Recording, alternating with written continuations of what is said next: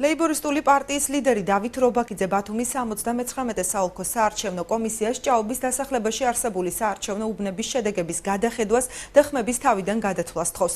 რობაქიძეს არგუმენტად 103 უბანი მოჰყავს, მისი მტკიცებით აღნიშნულ უბანზე ლეიბორისტული პარტიის ხმები კოალიცია ქართულ ოცნებას მიათვალეს, რაც საკმარისი მიზეზია იმისათვის, რომ ხმების თავიდან გადათვლა დაიწყოს. ცესკოს წარმომადგენლები საჩივრების განხილვის დასრულებამდე კომენტარის გაკეთებაზე უარს ამბობენ.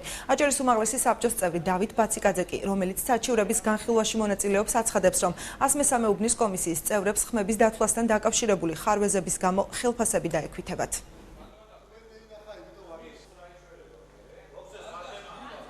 მივმართეთ ოლქს, რომ გადათვლილიყო ეს ავადსახსენებელი უბნები, რადგან ერთხელ და სამუდამოდ ეჭვი იმისა, რომ მიითვისეს ამ ხალხმა ჩვენი ხმები.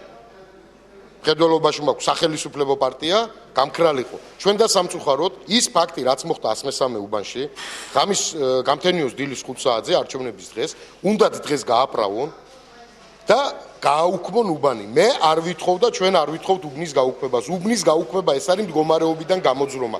ჩვენ ვითხოვთ გადაითვალოს უბნები. 103 უბანთან დაკავშირებით კომისიის 5 წევრი დააჯარიმეს 10 დღის ხელფასის დაკვეთით და 5 დღის ხელფასით და ვფიქრობ, რომ ეს არის უსამართლო, რადგანაც კომისიას შეეშალა ხელი მისი უფლებამოსილების ჩატარებაში, იყო ზეწოლები, შეჭრაც მოხდა საარჩევნო უბანზე და ვფიქრობ, რომ ის ადამიანები, ვინც ამ ზეწოლას აკონტროლებენ, უნდა დაისაჯონ. მე კონკრეტულად არ ვიცი ვინ არიან, კომისია მიცის და კომისია აპირებს, რომ მიმართოს შესაბამის ორგანოებს.